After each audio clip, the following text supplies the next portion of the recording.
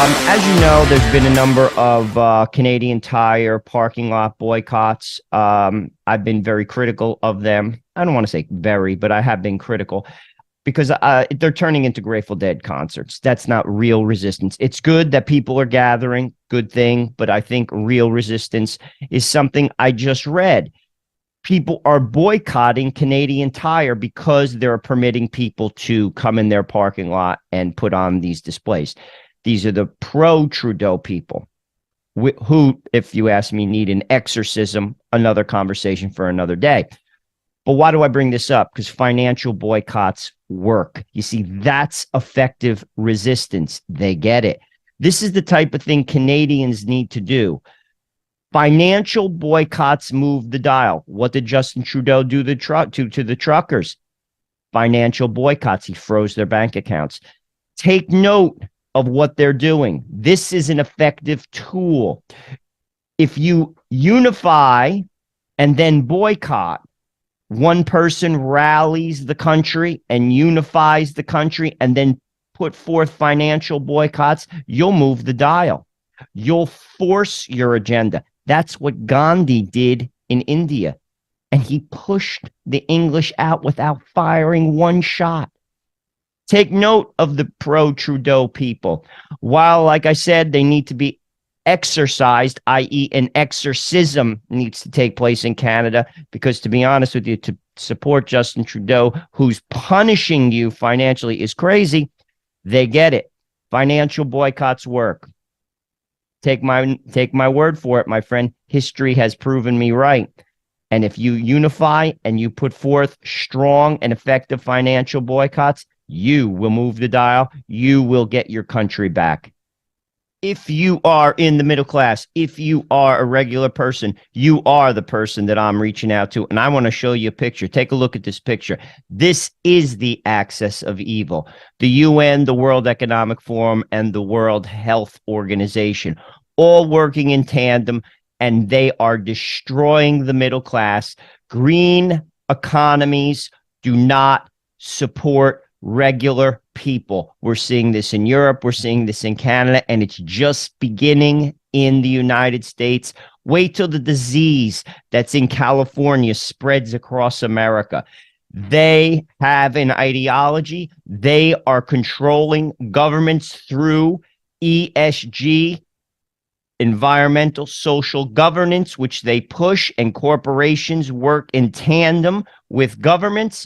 And they are destroying regular people, pointing people to what's called a universal income, which is basically a crumb which they give to regular people to sustain them. Why?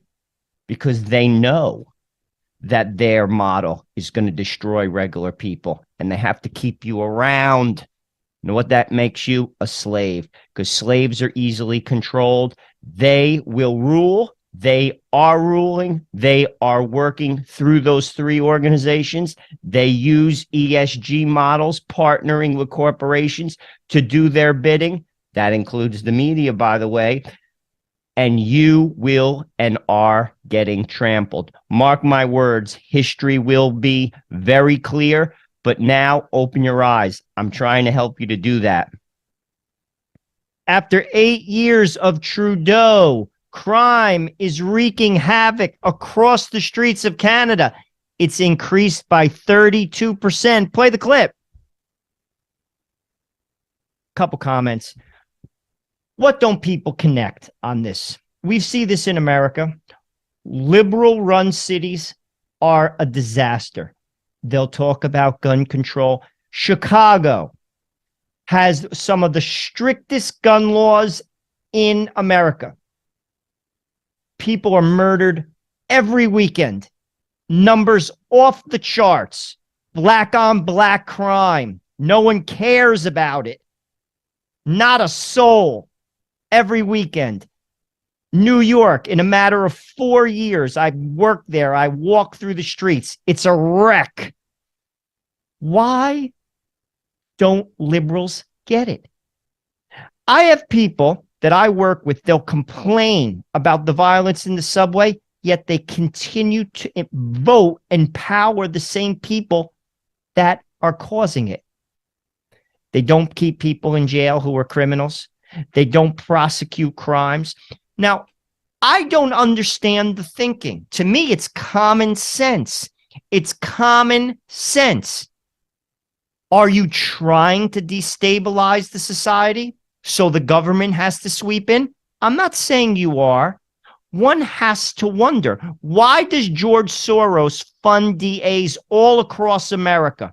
Why? Ask him. What's his thinking?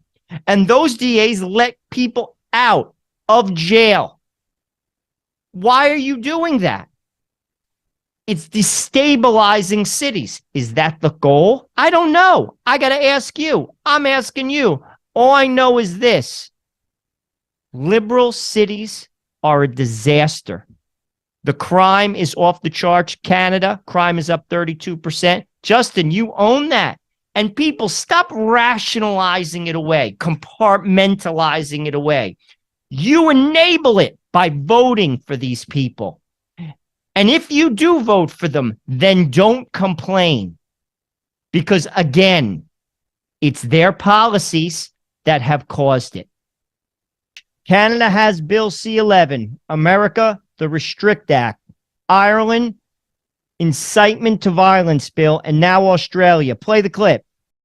A radical plan to crack down on social media abuse is being considered by the federal government. For more, Nine's Oliver Haig joins us live in Adelaide. Ollie, how will it work? Layla, good morning. Essentially, it will work the same as a passport. Australians forced to submit 100 points of identification, like their driver's licence or passport, when using social media accounts like Facebook and Twitter. Now, police would have access to those social media accounts, and it's all part of a crackdown on online abuse. Now, users could be liable for defamation suits or even criminal prosecution, and it's all part of a plan hoping to deter people from engaging in bad behaviour. Now, the recommendations were handed down by a federal parliamentary inquiry. They're reforms that are being considered by the Morrison government, with the chairman saying there is merit to remove the veil of being anonymous. Layla? Couple questions. Do you actually think that this isn't coordinated? Oh, you're a conspiracy theorist. No, I'm not. This is all coordinated by the globalist movement. All of it. Why? Because governments, oh, we have a free press. No, you don't. All of the press is part of the establishment, and the establishment, i.e. the uniparty, uses the press to control people. We're no different than Russia, Ireland, Australia, Canada, America. No different than Russia. The establishment controls the press because it's in their interest to do so. It cements them in power. That is why the press is the enemy of the people. That's in America, Fox News, CNN, all lumped into the same bucket of swill, talking points. They are about the machine, and they're about keeping information from you. Why? Because it threatens their power. It's about control. It threatens their power. Listen, let people decide what's right and wrong. You're adults, right? You decide what's right and wrong. No, they label it misinformation because social media takes the tool away from them, the press. So what do they have to do? They have to censor it. So what do? They come up with nice, pretty words. Disinformation, misinformation. We're protecting the people from violence, from hate. They're protecting themselves. You're an adult. You determine what you want to listen to and what you don't want to listen to. That's what's called freedom.